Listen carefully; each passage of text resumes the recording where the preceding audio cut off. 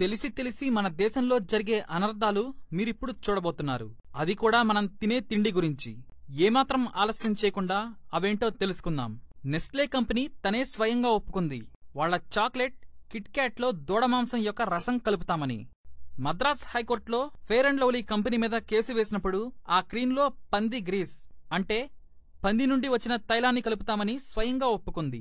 మనం జలుబు వస్తే వాడే విక్స్ పేరున ఉన్న మందులను యూరప్ లోని అనేక దేశాలలో బ్యాన్ చేశారు. అక్కడ దీనిని విషంగా ప్రకటించారు. కానీ మన భారతదేశంలో రోజంతా టీవీలో దీని ప్రకటన వస్తుంది. లైఫ్ బాయ్ అనేది బాత్ సోప్ కాదు, టాయిలెట్ సోప్ కాదు. ఇది జంతువులకు స్నానం చేయించే కార్బోలిక్ సోప్. యూరప్ లో లైఫ్ బాయ్ తో కుక్కలు స్నానం చేస్తాయి. కానీ భారతదేశంలో 10 కోట్ల జనాభా దీనితో రుద్ది స్నానం చేస్తారు. కోక్, పెప్సీ నిజంగా టాయిలెట్ క్లీనర్స్ అని ఎప్పుడో నిరూపితమైంది. ఇందులో 21 రకాల వేరువేరు విష పదార్థాలున్నాయి. ఇంకో విశేషం ఏమిటంటే మన శాసనసభ క్యాంటీన్లో కోక్, పెప్సీ అమ్మకాలను బ్యాన్ చేశారు. కానీ దేశం నలుమూలలా దీన్ని అమ్ముతున్నారు. ఇక హెల్త్ టానిక్ అని పేరు చెప్పి అమ్ముతున్న విదేశీ కంపెనీలు బూస్ట్, కాంప్లాన్, హార్లిక్స్, మాల్టోవా, ప్రోట్నిక్స్. వీటన్నిటినీ ఢిల్లీలోని ఆల్ ఇండియా ఇన్స్టిట్యూట్ అంటే భారతదేశంలోనే అన్నిటికన్నా పెద్ద ల్యాబ్. ఈ ల్యాబ్ లో పరీక్షించగా తేలిందేంటంటే కేవలం వేరుశనగ పిప్పి నుంచి తయారవుతుందని. అంటే వేరుశనగ నుంచి నూనె తీయగా దాని వేస్ట్ మిగులుతుంది. దానిని గ్రామాలలో పశువులు తింటాయి. దానితో ఈ హెల్త్ టానిక్లు తయారవుతాయి. మరో విశేషం, అమితాబ్ బచ్చన్ కు ఆపరేషన్ అయింది. అది 10 గంటలు జరిగింది. అప్పుడు డాక్టర్లు ఆయన పెద్ద పేగును కట్ చేసి తీసేశారు. డాక్టర్లు ఏం చెప్పారంటే కోక్, పెప్సీ ఎక్కువగా తాగటం వల్ల అది కుళ్లిపోయిందని చెప్పారు. ఆ మరునాటి నుంచి అమితాబ్ బచ్చన్ వీటి ప్రకటనలు చేయటం మానేశారు. చాలామందికి పిజ్జా తినడంలో మజా వస్తుంది. సరే, అసలు పిజ్జా ఎలా తయారవుతుంది? ముందుగా పిజ్జా అమ్మే కంపెనీలు చూద్దాం.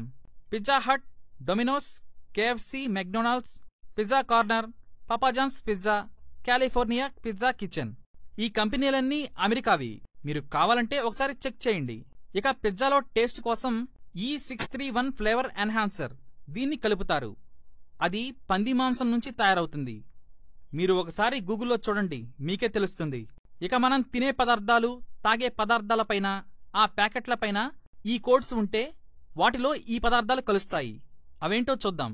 E322 ఆవు మాంసం, E422 ఆల్కహాల్ కు సంబంధించిన రసాయనాలు, E442 ఆల్కహాల్ తత్వం కెమికల్స్, E471 ఆవు మాంసం ఆల్కహాలు, E476 ఆల్కహాల్, E481 ఆవు ప్లస్ పంది మాంసం మిక్స్, E627 ప్రాణాంతకమైన కెమికల్స్, E472 ఆవు ప్లస్ పంది ప్లస్ మేక ఈ మిక్స్ అయిన పదార్థాలు, E631 పంది కొవ్వు నుంచి తీసిన నూనె. ఇక ఈ కోడ్స్ అన్నీ ఎక్కువగా మీకు విదేశీ కంపెనీల chips, biscuits, chewing gums, Kurkure, Maggi ఇలాంటి ప్యాకెట్లపై కనిపిస్తాయి. ఇది అపోహ కాదు, పూర్తిగా నిజం. అయినా నమ్మకం లేకపోతే ఒకసారి గూగుల్లో క్లియర్గా సెర్చ్ చేసి చూడండి, మీకే అర్థమవుతుంది. ఇక మ్యాగీ ప్యాకెట్ పైనైతే ఇంగ్రీడియంట్స్ లో చూడండి, ఫ్లేవర్ E635 అని రాసి ఉంటుంది. అంతేకాదు, మీరు కావాలంటే ఇప్పుడు మీరు చూస్తున్న నంబర్లన్నీ గూగుల్లో చెక్ చేసి చూడండి. ఇవేంటో తెలిస్తే దిమ్మ తిరగటం ఖాయం. భారతదేశంలో 121 కోట్ల జనాభాలో కేవలం 10% జనం 10 రూపాయల పళ్లరసాలు తాగితే నెలకి 3600 కోట్లవుతుంది. కానీ మీరు కోకోకోలా, పెప్సీ తాగి 3600 కోట్ల రూపాయలను దేశం బయటికి పంపుతున్నారు. కోకోకోలా, పెప్సీ లాంటి కంపెనీలు ప్రతిరోజు 7000 కోట్ల కన్నా ఎక్కువ దోచేస్తున్నాయి. చెరకు రసం, కొబ్బరి నీళ్లు, పళ్ల రసాలకు గనక మీరు మారినట్లయితే మీరు దేశం యొక్క 7000 కోట్ల రూపాయలను కాపాడి మన రైతులకు ఇచ్చినట్టవుతుంది. అప్పుడు రైతులు ఎట్టి పరిస్థితుల్లో ఆత్మహత్యలు చేసుకోరు. కాబట్టి విదేశీ వస్తువులపై మోజు తగ్గించుకోండి, స్వదేశీ వస్తువులనే వాడండి, దేశ ఆర్థిక వ్యవస్థను బలపరచండి. Share chat. Share chat. Share chat. Share chat. Share chat. Share chat.